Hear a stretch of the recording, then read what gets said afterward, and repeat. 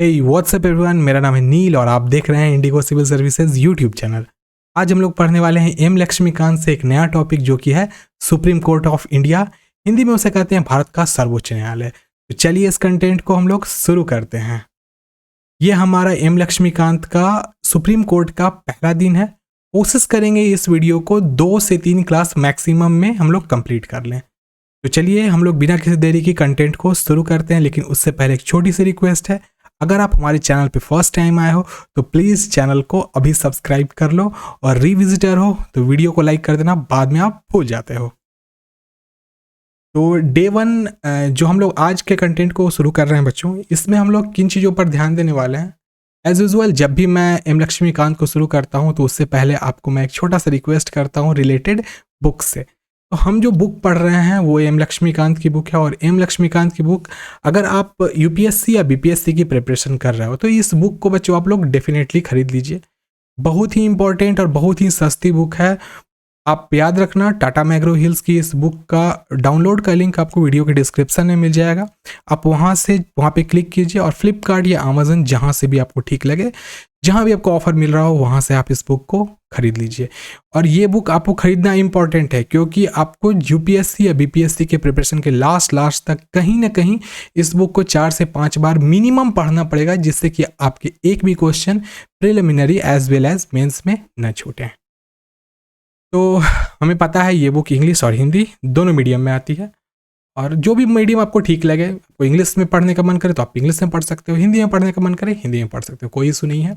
मैं इंग्लिश और हिंदी दोनों में कंटेंट को पढ़ाता हूँ, साथ में एक्सप्लेन करता हूँ, जस्ट बिकॉज कि मैं नहीं चाहता हूँ कि कोई भी इंग्लिश मीडियम वाले छूट जाएँ या हिंदी मीडियम वाले छूट जाए। लेकिन डेडिकेटेड वीडियो इंग्लिश में अभी नहीं आ रही है, जस्ट बिकॉज की डिमांड नहीं है। अगर डिमांड आएगी तो जो भी कंटेंट है उसको मैं प्योर इंग्लिश में आपको बताऊंगा। There will be no Hindi used in that. कोशिश करूंगा कि हिंदी का ना ही इस्तेमाल करूं, लेकिन वो अभी नहीं होगा। जब डिमांड आएगी तो मैं उसको शुरू कर दूंगा। वीडियो के डिस्क्रिप्शन में आप प्लीज़ बुक का डाउनलोड कर रहा हूँ, परचेज़ करने का लिंक है, आप वहाँ से ज़रूर इसको परचेज़ कर लीजिए। पीडीएफ से आप नहीं पढ़ पाइएगा, आपको पता नहीं, बहुत सारे ऐसे जगह हैं जहाँ पर इसकी पीडीएफ अवेलेबल हो जाती है। इंटरनेट पे तो बहुत कुछ अवेलेबल होती है, लेकिन आपसे रिक्वेस्ट करूँगा प्लीज़ इसकी पीडीएफ के चक्कर में मत रहना। ये ओरिजिनल बुक खरीदिए, टाटा मैग्रो हिल्स की बहुत अच्छी बुक है, बेस्ट एवर बुक है।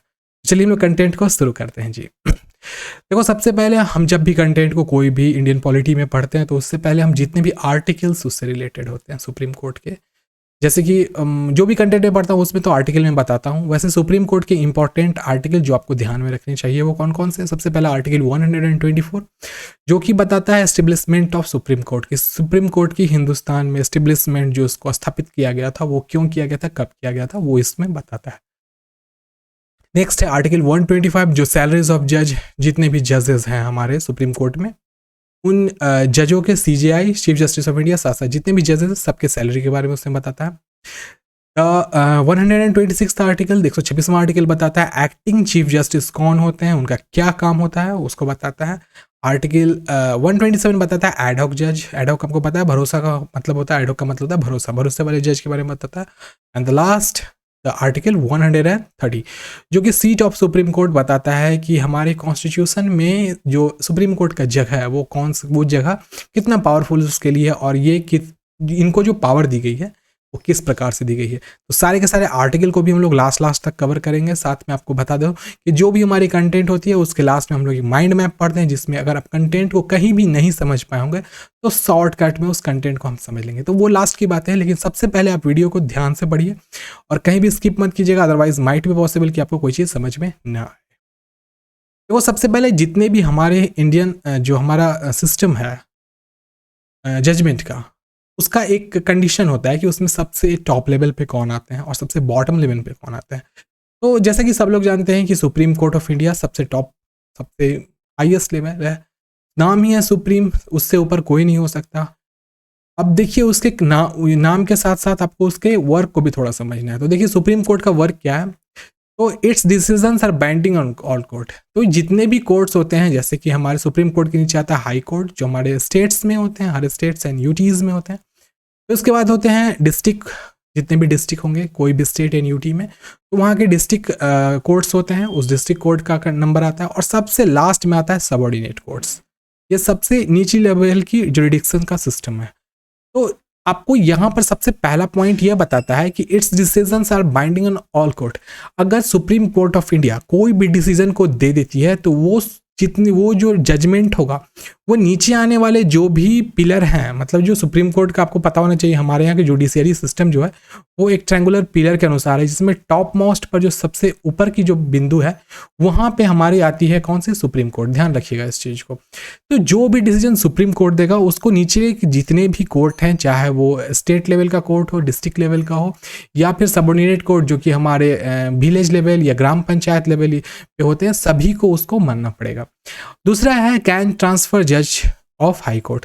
तो जितने भी, देखिए सुप्रीम कोर्ट पावरफुल है, सुप्रीम कोर्ट को एक अलग ही पावर दिया गया है इंडियन कॉन्स्टिट्यूशन में, इसलिए वो चाहे तो किसी भी जज का ट्रांसफर कर सकते हैं हाई कोर्ट में। उनको बस उनका मन करे तो वो चाहे तो सुप्रीम कोर्ट में भी अपने हाई कोर्ट के जजेस को ला सकते हैं, ज़रूरत पड़ने पे। वैसे ज़रूरत नहीं पड़ती है लेकिन चाहे तो वो ला सकते हैं। वैसे अगर किसी एक स्टेट से दूसरे स्टेट या एक स्टेट से दूसरे यूटी में किसी भी जज का ट्रांसफर करना होता है तो वो बेझिझक कर सकते हैं, उनका ये राइट उन्हीं के पास आता है। Next, can move cases from any court to itself. अगर कोई ऐसा केस मिलता है सुप्रीम कोर्ट को जो कि नीचे के जितने भी सेकेंडरी कोर्ट्स हैं, जैसे कि हाई कोर्ट है, फिर डिस्ट्रिक्ट कोर्ट है, या फिर सबऑर्डिनेट कोर्ट है, या फिर कहीं भी है ट्रिब्यूनल्स वगैरह कहीं भी हो, अगर वहाँ पे उस चीज़ का जजमेंट नहीं आ रहा है, वहाँ पे निर्णय समय से नहीं लिया जा रहा है, तो वो उस केस में चाहेगा तो अपने पास सुप्रीम कोर्ट किसी भी केस को ला सकती है। And the fourth is can transfer cases from high court to another. और अगर कोई ऐसा केस है जो किसी एक हाई कोर्ट में सलटाया नहीं जा पा रहा है, वहाँ पे उसका सॉर्ट आउट नहीं, उसके प्रॉब्लम को सॉल्व नहीं किया जा रहा है, तो वो एक हाई कोर्ट से दूसरे हाई कोर्ट में भी किसी केस को ट्रांसफर कर सकता है। Second is high court. High court के बारे में समझिएगा। तो जैसे जैसे कोर्ट याद रखिए, नीचे जो भी ऊपर वाला कोर्ट होगा, कोई भी कोर्ट चाहे वो सुप्रीम कोर्ट होगा, तो नीचे तीनों क्यों नियम मानना पड़ेगा सुप्रीम कोर्ट का। हाई कोर्ट के नीचे जितने भी कोर्ट्स आएंगे उसको हाई कोर्ट का नियम मानना पड़ेगा। डिस्ट्रिक्ट कोर्ट के नीचे जितने भी कोर्ट आएंगे उसको उनका नियम मानना पड़ेगा। तो ओवरऑल देखो बच्चों, इस कहने का अर्थ ये है कि जो भी कोर्ट ऊपर की होगी उसके नीचे आने वाली सभी कोर्ट पे उसका कंट्रोल होगा एक तरीके से। देखो इसको आप कंट्रोल नहीं कह सकते हो, इसको कह सकते हैं हम क्या कि एक जो ट्रायंगुलर पैरामेडिकल सिस्टम है हमारे जुडिशियरी सिस्टम का, तो उसमें जो ऊपर वाले होते हैं वो नीचे वाले को अपने हिसाब से चलाते हैं अकॉर्डिंग टू रूल। ध्यान रखिएगा। अब क्या है, can hear apples from lower court. तो देखो जितने भी हिंदुस्तान में जो भी जजमेंट होता है, ऐसा देखा ही नहीं गया है, मैं आपको बता दे रहा हूँ, सिंपल याद रखिएगा। ऐसा बहुत, हाँ कुछ केसेस हैं ऐसे जिसमें डायरेक्ट कोई केस सुप्रीम कोर्ट में गया हो, कुछ केसेस हैं ऐसे, लेकिन मैक्सिमम केस जो होते हैं कोई भी आपको स्टेट में हो या यूटी में हो, तो वो सबसे पहले देखा जाए तो या तो सबऑर्डिनेट कोर्ट में आती है, तो डिस्ट्रिक्ट कोर्ट में, नहीं तो हाई कोर्ट में। वैसे जो भी केसेस होते हैं वो एक सीढ़ी से दूसरे सीढ़ी, मतलब एक सिस्टमेटिकल तरीके से आगे की ओर बढ़ते हैं। कभी भी ऐसा नहीं होता है कि कोई आदमी जाके डायरेक्ट किसी भी मतलब PIL जो होता है वो डायरेक्ट सुप्रीम कोर्ट में ही जाके दाखिल कर सकता है, ऐसा नहीं है। उसको नीचे वाले सबऑर्डिनेट्स में ही दाखिल करने पड़ेंगे, और जब वहाँ पे सॉर्ट आउट नहीं होगा तो वो उस केस में एक कोर्ट से दूसरे हायर कोर्ट पे जाता है। तो आप इसको ध्यान में रखिए। यहाँ पे कहा है can hear apples from lower court. Lower court की कोई भी एपल होगी तो वहाँ पर हियरिंग उसकी हो सकती है। Can issue reads for restoring fundamental rights. देखो आपको पता होना चाहिए, जो FR होती है इंडियन कॉन्स्टिट्यूशन के अकॉर्डिंग में, तो वो चाहे तो उसमें रिस्टोर कर सकता है किसी प्रकार का। देखिए हमेशा ध्यान रखिएगा, कोई भी चेंजेस वगैरह जो भी बदलाव होते हैं वो on the basis of goodwill होते हैं, तो हमेशा ध्यान में रखिएगा। तो कुछ भी चीज़ अगर ऐसा हो जो मतलब हिंदुस्तान के फंडामेंटल राइट्स है, जो हिंदुस्तान के जितने पीपल हैं उनके लिए, सभी के लिए बाधित है, वो करने के लिए, भले इस चीज़ को फंडामेंटल राइट्स नहीं है, फंडामेंटल राइट्स और ड्यूटीज़ होती हैं जो लोग नहीं पालन करते हैं, लेकिन जो है उसमें वो फेरबदल कर सकता है। नेक्स्ट है can deal with cases with in the jurisdiction of the state. तो किसी भी स्टेट में किसी भी प्रकार का न्याय वगैरह ढंग से नहीं हो रहा है तो उसमें वो चाहे तो बीच में आ सकता है। And exercise superintendence and control over courts below. और जो भी नीचे की कोर्ट होगी, देखो हाई कोर्ट चाहे तो सुप्रीम कोर्ट में दखल कभी नहीं दे सकता, वो कभी भी नीचे से किसी भी प्रकार का मतलब ऑर्डर नहीं दे सकता है सुप्रीम कोर्ट को। बट हाई कोर्ट चाहे तो नीचे के डिस्ट्रिक्ट कोर्ट, सबऑर्डिनेट कोर्ट्स और ट्रिब्यूनल्स वगैरह में चाहे तो वो ऑर्डर तो नहीं देता है, एक तरीके से वहाँ पे वो देखा जाए तो उसमें कंट्रोल कर सकता है उसको। नेक्स्ट आता है हमारा डिस्ट्रिक्ट कोर्ट। डिस्ट्रिक्ट कोर्ट ध्यान रखिए, जितने भी डिस्ट्रिक्ट कोर्ट्स होते हैं वो डिस्ट्रिक्ट लेवल पे होते हैं, और ये जो होते हैं deals with cases arising in district. तो डिस्ट्रिक्ट में जो भी जितने भी केसेस वगैरह थे, जो भी केस वॉट एवर केस भी आएगा, तो वो सबसे पहले डिस्ट्रिक्ट कोर्ट में आता है। उसके बाद एक consider apples on decisions given by lower courts. तो जितने भी लोअर कोर्ट होते हैं, सबऑर्डिनेट कोर्ट वगैरह हुए, जैसे कि विलेज लेवल का कोई कोर्ट, ग्राम पंचायत वगैरह, तो वहाँ से कोई भी डिसीजन अगर आता है तो उस केस में वो चाहे तो वहाँ वो निर्णय दे सकता है।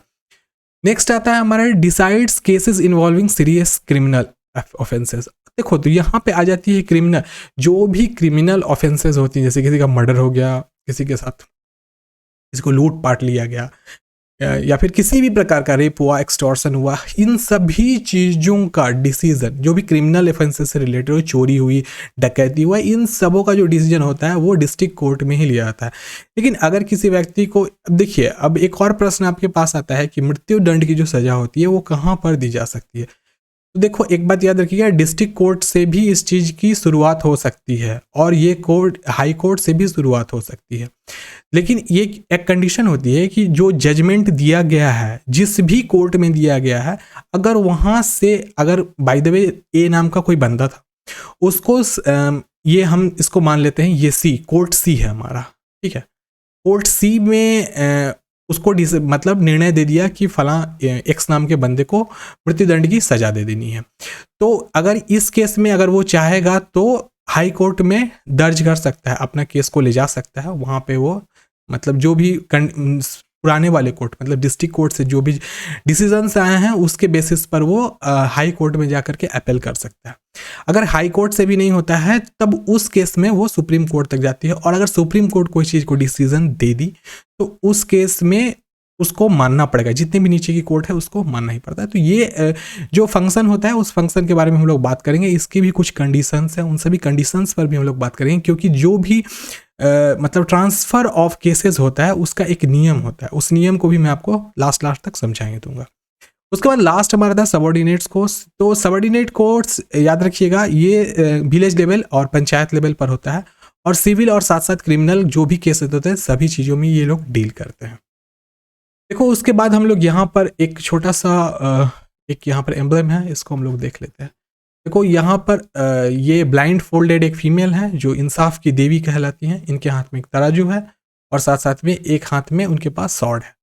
ये एक्चुअली कहा जाए तो ये ग्रीक मैथोलॉजी के अकॉर्डिंग ये फोटो जो है डिपिक्ट करता है कि जो इंसाफ की देवी हैं, याद रखिएगा वो ब्लाइंड फोल्डेड। लोग कहते हैं कि इंसाफ कानून अंधा होता है। देखो इस चीज़ को आप लोग ढंग से समझिएगा, यहाँ पे कानून का अंधा होना नहीं कह रहे, कानून एक्चुअली आँख को बंद किए हुए, आंख बंद करने का अर्थ होता है जो जजमेंट लिया जाएगा on the basis of proofs लिए जाएंगे। तो पलड़ा मतलब जो ये तराजू का जो पलड़ा होता है, तो वो जजमेंट क्या करेगा कि कितना कोई चीज़ सच है या झूठ है, वो प्रूफ निर्भर करेगा। और जब यहाँ पर सॉल्यूशन निकल जाएगा कि कोई आदमी गिल्टी था या गिल्टी नहीं था, तो उसको इस सॉर्ड से सजा दी जाएगी। तो ये कानून की देवी का एक मतलब प्रतिमा है जो बताता है किस प्रकार से वो फंक्शन करती है। कभी भी कानून को अंधा मत कहिएगा। जो लोग कहते हैं वो कहीं ना कहीं से संविधान का अपमान करते हैं, और जो हमारे यहाँ की जुडिशियरी सिस्टम है उसका अपमान करते हैं। हमेशा याद रखिए, हम जिस कंट्री में रहते हैं वहाँ की चीज़ों को रिस्पेक्ट करना हमारे फंडामेंटल ड्यूटीज़ के अंतर्गत आता है। तो कभी कानून को अंधा मत कहिएगा। आप लोग याद रखिए ये ब्लाइंड फोल्डेड है, मतलब इन्होंने अपने आँख पर एक पट्टी बांधा है, जस्ट बिकॉज ये वो किसी को देख करके जजमेंट नहीं करेगी, बल्कि परिस्थितियों के अनुसार जजमेंट जो होगा वो ये तराजू करने वाला है कि कोई आदमी ने गलती की है तो कितनी बड़ी गलती की है। आप इस बात को ध्यान में रखिएगा। ये ग्रीक मैथोलॉजी के अंतर्गत आता है और इसका इस्तेमाल पूरी दुनिया की कोर्ट करती है। इस एम्ब्लम का ध्यान रखना, ये जो प्रतीक चिन्ह है इसका इस्तेमाल पूरी दुनिया करती, चाहे वो इंटरनेशनल कोर्ट ऑफ जस्टिस हो, चाहे वो हिंदुस्तान का सुप्रीम कोर्ट हो। और ये वाला तो हमारे इंडिया का मतलब जो एम्ब्लम है इंडियन जुडिशियरी सिस्टम का, ध्यान रखना है इसको भी, ठीक है। हम लोग नेक्स्ट जो इस स्लाइड में देखने वाले हैं, देखो यहाँ पे एक ये वाली जो पॉइंट है एंजैक एंड कॉलेजियम सिस्टम, इसके ऊपर भी हम लोग बात करने वाले हैं। तो इस चीज़ को हम लोग अभी नहीं शुरू करेंगे कि यहाँ पर जो एंजैक सिस्टम होता है वो किस प्रकार से वर्क करता है, कॉलेजियम सिस्टम किस प्रकार से वर्क करता है, इस चीज़ को हम लोग अभी नहीं करने वाले हैं। क्यों नहीं करने वाले हैं? क्योंकि आप इस चीज़ को हम लोग लास्ट में एक बार फिर से पढ़ेंगे ही पढ़ेंगे। तो वैसे मैं ये फोटो दे दिया हूँ, ये सिस्टम है एनजैक एंड कॉलेजियम। तो चलो हम लोग इसके आगे का थोड़ा सा देख लेते हैं, इंडियन लीगल का हायरार्ची देख लेते हैं कि हमारे हिंदुस्तान का जो लीगल सिस्टम है उसके किससे विंग्स बने हुए हैं। ओके, तो देखिए सबसे पहले जो हिंदुस्तान का जो लीगल सिस्टम है उसका एक मोस्ट इम्पॉर्टेंट एंड प्रोमिनेंट जो कहा जा सकता है विंग्स हैं वो हैं सुप्रीम कोर्ट जो सबसे ऊपर में आता है, और दूसरा है हमारा स्टेट कोर्ट्स या फिर high courts. High courts states में ही होते हैं, और तीसरा है हमारा डिस्ट्रिक्ट कोर्ट। डिस्ट्रिक्ट कोर्ट्स के अंतर्गत में सेशन कोर्ट्स आते हैं, लोअर कोर्ट्स आते हैं और पंचायत आते हैं, ध्यान रखिएगा इस चीज़ को। नेक्स्ट है हमारा सुप्रीम कोर्ट ऑफ इंडिया, आपको पता है ये सबसे ऊपर है, सुप्रीम सबसे ऊपर है, उसके नीचे आएगा हाई कोर्ट, और इसके विंग्स जो होते हैं वो कौन कौन से हैं, ये स्पेशलाइज्ड ट्रिब्यूनल्स होते हैं, सर्विस टैक्स, कंज्यूमर लेबर्स इसके अंतर्गत में आता है, and district and subordinate courts में आते हैं, civil courts and criminal courts आते हैं। इस चीज़ को अभी आप लोग अगर चाहो तो कॉपी पे लिख लीजिएगा, समझने के लिए ये कि किस प्रकार के इससे विंग डिस्ट्रीब्यूट किए हुए हैं। देखो नेक्स्ट है मेन कंटेंट, भारत का सर्वोच्च न्यायालय। भारत का सर्वोच्च न्यायालय सर्वोच्च न्यायिक न्यायालय है और भारत के संविधान के तहत अपील की अंतिम अदालत है। सर्वोच्च संवैधानिक न्यायालय न्यायिक समीक्षा की शक्ति के साथ है। कहने का बच्चों ये अर्थ है कि हिंदुस्तान में जो सुप्रीम कोर्ट है जिसको हम लोग सर्वोच्च न्यायालय कहते हैं, वो संविधान के अकॉर्डिंग एक ऐसा अंतिम अदालत है जिसके आगे कोई डिसीजन नहीं आ सकता है।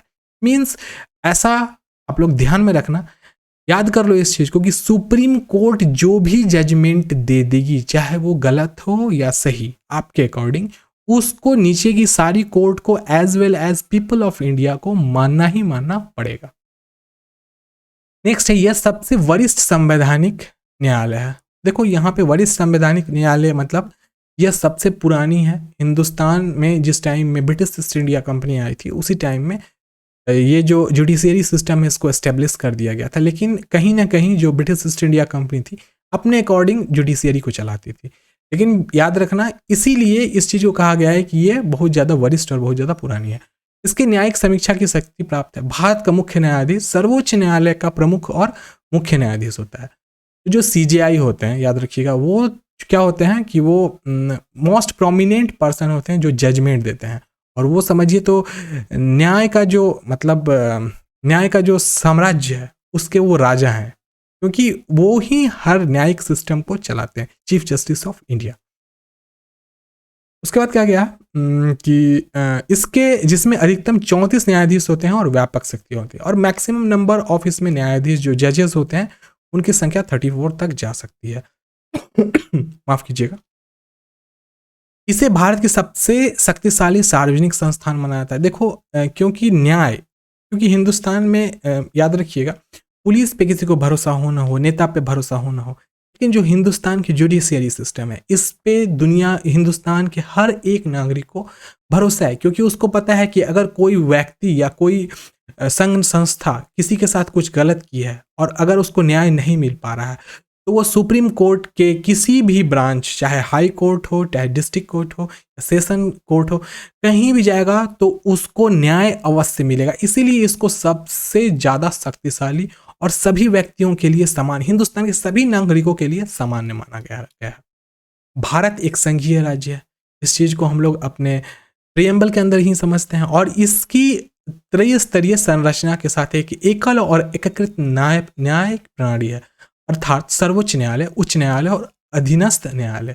तो मैंने आपको बताया है कि जो इंडियन जुडिशियरी सिस्टम है ये एक ट्रायंगल है। इस ट्रायंगल में जो सबसे ऊपर है, ध्यान रखिएगा मैं इसको डिवाइड कर देता हूँ, सबसे ऊपर है वो सुप्रीम कोर्ट है, उसके बाद आता है हाई कोर्ट, और उसके बाद आता है जो भी जितने भी लोअर लेवल के कोर्ट्स होते हैं, डिस्ट्रिक्ट लेवल के कोर्ट होते हैं, डिस्ट्रिक्ट लेवल के या फिर लोअर कोर्ट्स, ये सब इसके अंतर्गत आते हैं।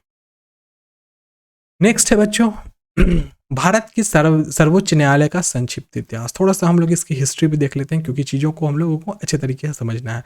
सभी की सभी चीज़ें आपको एम लक्ष्मीकांत में हूबहू मिलेंगी। अगर आप चाहो तो हमारी वीडियो देखने के बाद एम लक्ष्मीकांत को एक बार पढ़ सकते हो, या आप एम लक्ष्मीकांत को पढ़ के भी इस वीडियो को पढ़ सकते हो।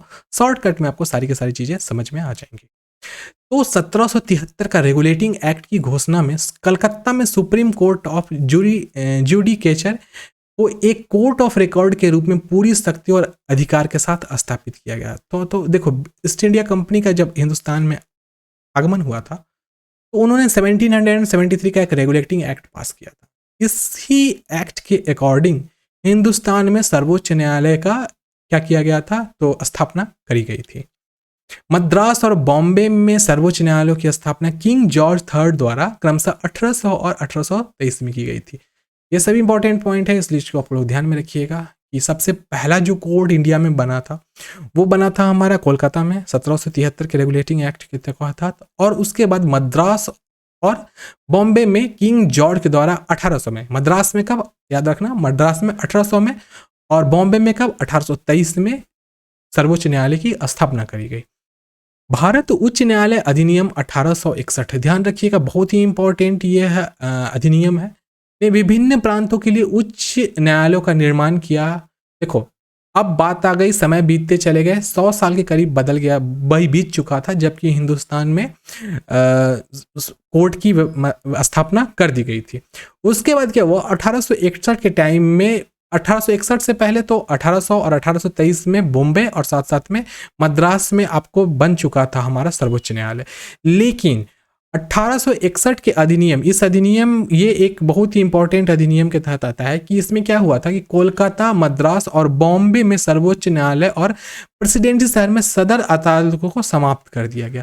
तो अलग अलग जगह जो सर्वोच्च न्यायालय चल रहे थे उसको क्या कर दिया गया, खत्म कर दिया गया। खत्म करना नहीं गया, उसको सबमर्ज कर दिया गया, मिला दिया गया। देखो, जुडिशियरी सिस्टम खत्म कभी नहीं हुई थी, तो अलग अलग जगह जो चल रहे थे, अलग अलग जो आपको सर्वोच्च न्यायालय की स्थापना कर दी गई थी, तो डिसीजन कॉग्निटिव मतलब कि एक जैसा नहीं आ पा रहा था। इसीलिए क्या किया गया कि एक अधिनियम पारित किया गया 1861 में, जिसमें जितने भी अलग अलग सर्वोच्च न्यायालय थे सबों को समर्ज करके एक सर्वोच्च न्यायालय बनाया गया।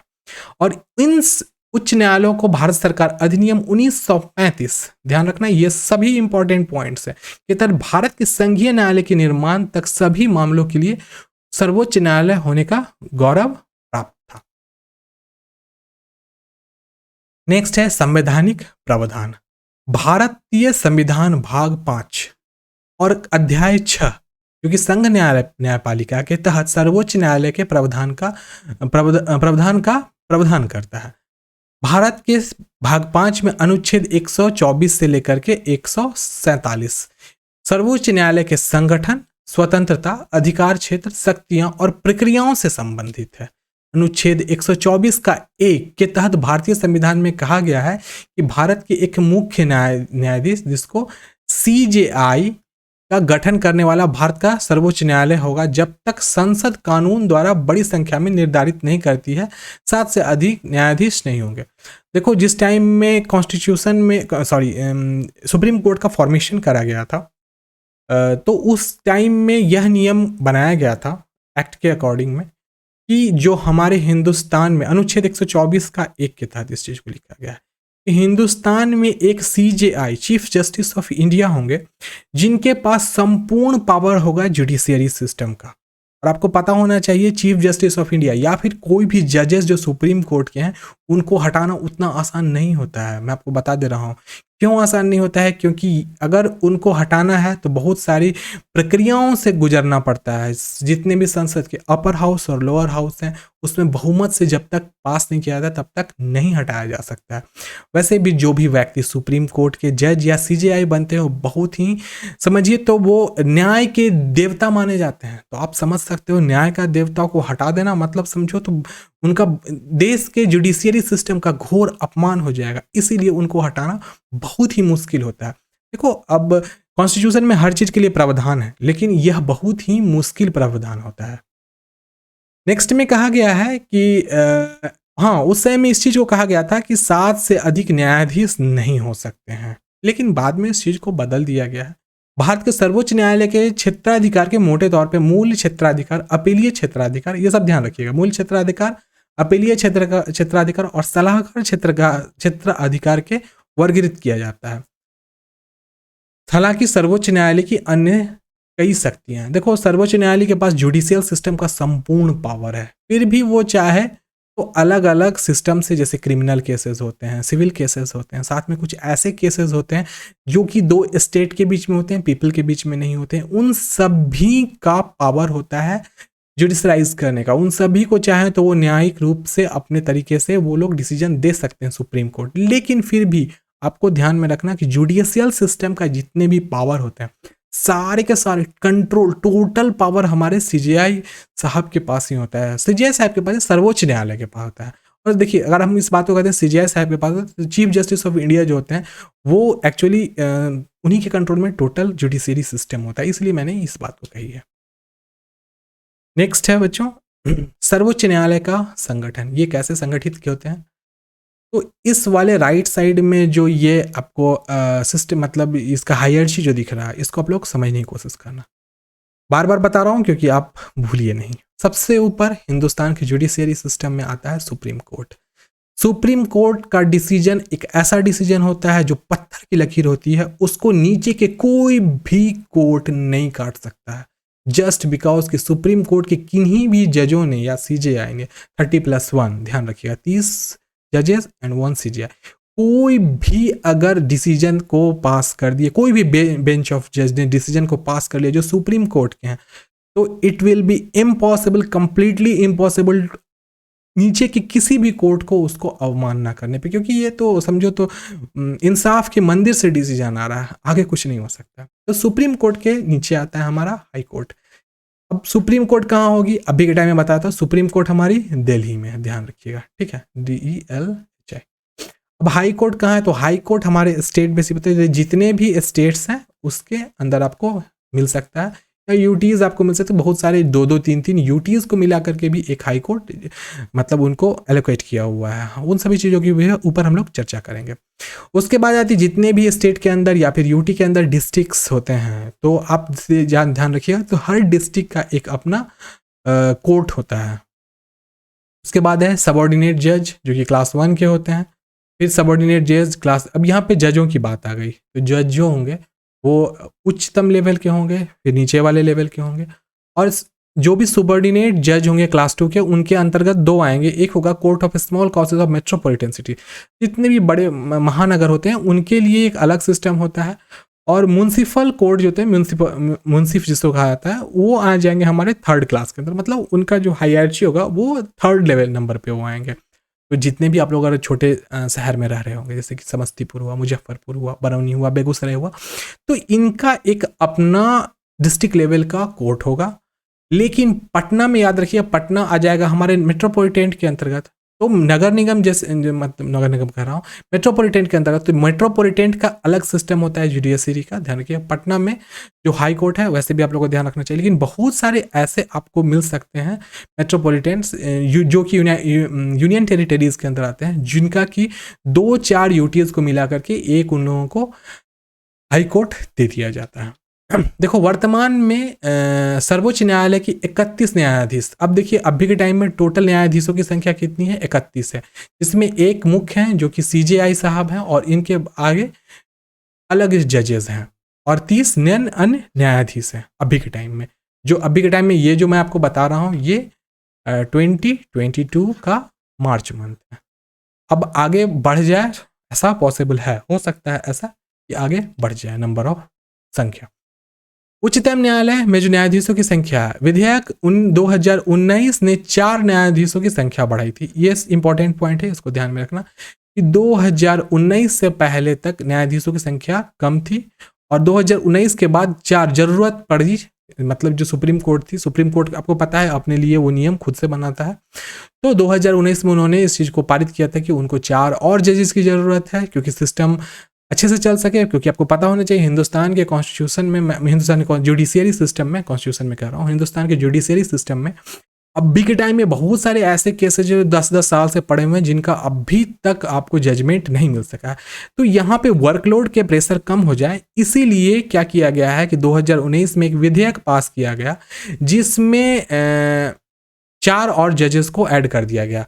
तो अभी जो 2022 का टाइम है, इसमें सीजेआई सहित 31 हैं, जिसको बढ़ा करके अभी कितना कर दिया गया है टोटल? अभी के टाइम में टोटल नंबर ऑफ जजेस कितने हैं? 34 है, ध्यान रखिएगा। मूल रूप से सुप्रीम कोर्ट की ताकत 8 एक मुख्य न्यायाधीश और अन्य 7 अन्य न्यायाधीश से तय की गई थी। तो शुरुआत में जो बना था उस समय में नंबर ऑफ जजेस और साथ साथ में सीजीआई कितने थे? 8 थे, जिसमें एक सीजीआई और साथ साथ में 7 अन्य जजेस थे। तो यहाँ तक हम लोग पढ़ लिए हैं ऑर्गेनाइजेशन ऑफ सुप्रीम कोर्ट, मतलब ये सर्वोच्च न्यायालय का संगठन।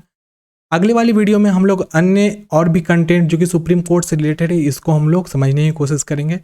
वीडियो बहुत ज़्यादा लंबी नहीं हो जाए इसीलिए मैं वीडियो को यहीं पे रोक रहा हूँ। इसका सेकंड पार्ट जो आएगा उस सेकंड पार्ट में हम लोग एलिजिबिलिटी को समझेंगे। सुप्रीम कोर्ट के जो जजेस होते हैं उनकी एलिजिबिलिटी, उनका सिलेक्शन किस प्रकार से होता है, कितने वर्ष तक उनको काम करना पड़ता है, साथ में जो कॉन्स्टिट्यूशन ऑफ इंडिया है उन्होंने किस प्रकार के नियम को बनाए हैं कि सुप्रीम कोर्ट के जो भी जजेस होंगे या सीजेआई होंगे उनका सिलेक्शन किस प्रकार से होगा। तो अगर आप वीडियो को यहाँ तक देख गए हैं तो शायद आपको वीडियो पसंद आएगा। जाते जाते वीडियो को लाइक कर देना, चैनल पे फर्स्ट टाइम है तो चैनल को सब्सक्राइब कर देना। हम लोग नेक्स्ट डे इसके आगे के कंटेंट को कवर करेंगे और कोशिश करेंगे कि 3 क्लास में टोटल का टोटल सुप्रीम कोर्ट हमारा कंप्लीट हो जाए। तो आज के लिए इतना ही, नेक्स्ट डे नए कंटेंट के साथ मिलते हैं, तब तक के लिए bye bye, take care and stay blessed.